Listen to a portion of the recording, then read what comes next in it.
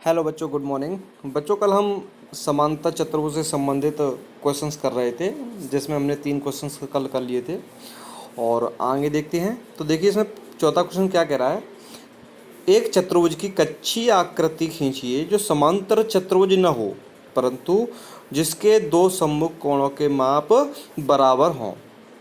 ठीक है, बहुत अच्छा क्वेश्चन है। मैंने जो आपको थ्योरी कराई थी परसों, उस थ्योरी में से आया हुआ है सीधा। बहुत सिंपल क्वेश्चन है, तो देख लेते हैं हम इसको। एक बार फिर से पढ़ लेते हैं कि एक चतुर्भुज की कच्ची आकृति खींचिए जो समांतर चतुर्भुज न हो, परंतु जिसके दो सम्मुख कोणों के माप बराबर हों।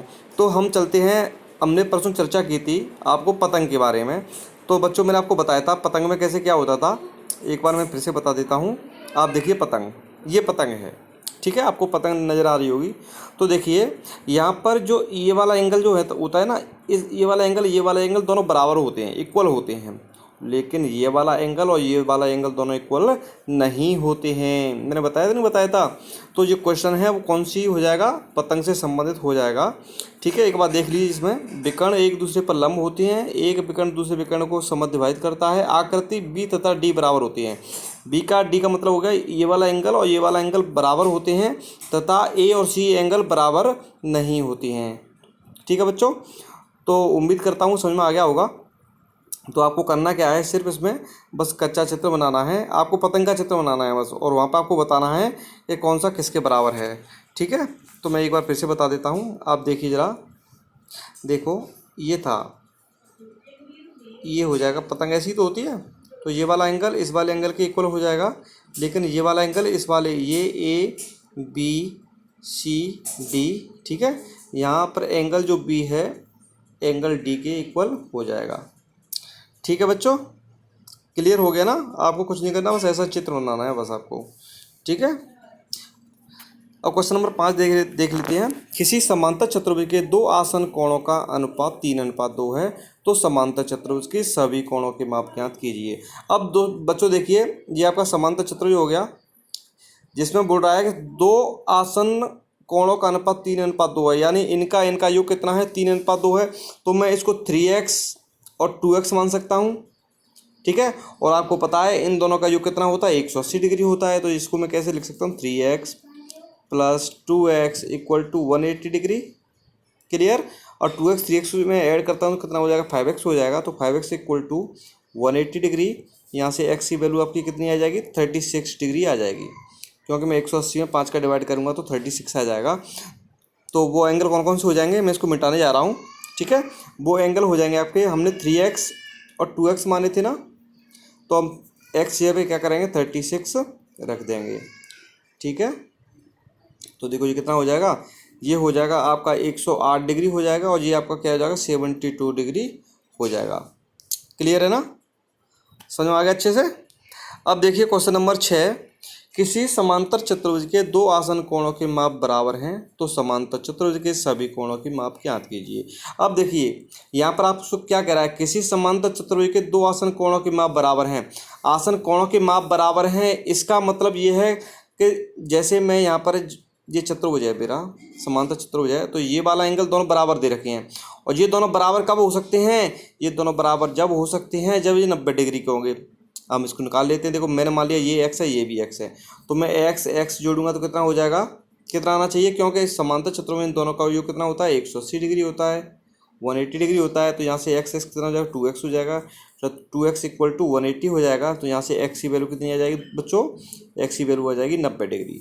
ठीक है, इस तरह से हम निकाल सकते हैं। तो हमारी जो इसकी स्ट्रक्चर बनेगी वो इस तरह से बनेगी, ये भी 90 का होगा, ये भी 90 का होगा, ये भी 90 का होगा, ये भी 90 का होगा, यानी सभी आंतरिक चारों कोण 90 डिग्री के होंगे। तो उम्मीद करता हूँ आपको समझ अच्छे से आ गया होगा। ठीक है, क्वेश्चन नंबर 7 देख लेते हैं। संलग्न आकृति HOPE एक समांतर चतुर्भुज है। ठीक है, एक्स वाई जेड कोणों के माप ज्ञात कीजिए, ज्ञात करने में प्रयोग किए गए गुणों को बताइए। देखो HOPE यानी HOPE ई। आपको ये स्ट्रक्चर दे रखी है, समांतर चतुर्भुज दे रखा है, यहाँ हमें एक्स वाई जेड की वैल्यू ज्ञात करनी है। ठीक है बच्चों, तो देखिए जरा, देखो ये एंगल 70 डिग्री का है, तो ये वाला कितने का हो जाएगा, ये हो जाएगा आपका 110 डिग्री का, क्योंकि एक ही रेखा पर बने हुए सभी कोणों का जो कितना होता है 180 डिग्री होता है, तो ये 110 का हो जाएगा। तो ये 110 का हो जाएगा, तो एक्स की वैल्यू कितनी हो जाएगी, ये भी 110 की डिग्री की आ जाएगी, क्योंकि समांतर चतुर्भुज में आमने सामने के एंगल जो होते हैं इक्वल होते हैं। क्लियर है ना। जब ये 110 का आ गया तो ई जो है उसकी वैल्यू 110 आ जाएगी। अब देखो ये 110 है, तो ये पूरा एंगल कितने का होगा, 70 का होगा, क्योंकि दोनों आसन कोणों का जो कितना होता है 180 डिग्री होता है, तो ये 70 का हो जाएगा। तो देखिए यहाँ पर ये आपको 40 दे रखा है, तो ये बच्चा कुछ जेड की वैल्यू कितनी हो जाएगी, जेड बराबर 30 आ जाएगी, जेड बराबर कितना आ जाएगी 30 आ जाएगी। क्लियर है ना। अब देखिए ये 30 है, ये 110 है, तो 110 और 130 कितने हो गए, 140 हो गए, तो यहाँ पर बाई की वैल्यू कितनी आ जाएगी, बाई की वैल्यू भी 40 आ जाएगी, क्योंकि त्रिभुज के सभी आंतरिक कोणों का जो 180 डिग्री होता है। तो देखिए यहाँ पर ये 110 का था, जेड की वैल्यू 30 आ गई, तो बाई की वैल्यू यहाँ से कितनी आ जाएगी 40 आ जाएगी।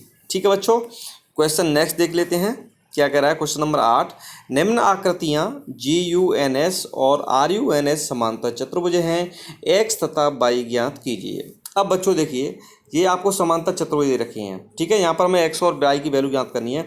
तो देखो समांतर चतुर्भुज हमें पता है ये वाला भुजा इस वाली भुजा के बराबर होगी, और ये वाली भुजा आपको 3x दे रखी है, ये 18 दे रखी है, तो यहाँ क्या हो जाएगा 3x = 18 हो जाएगा।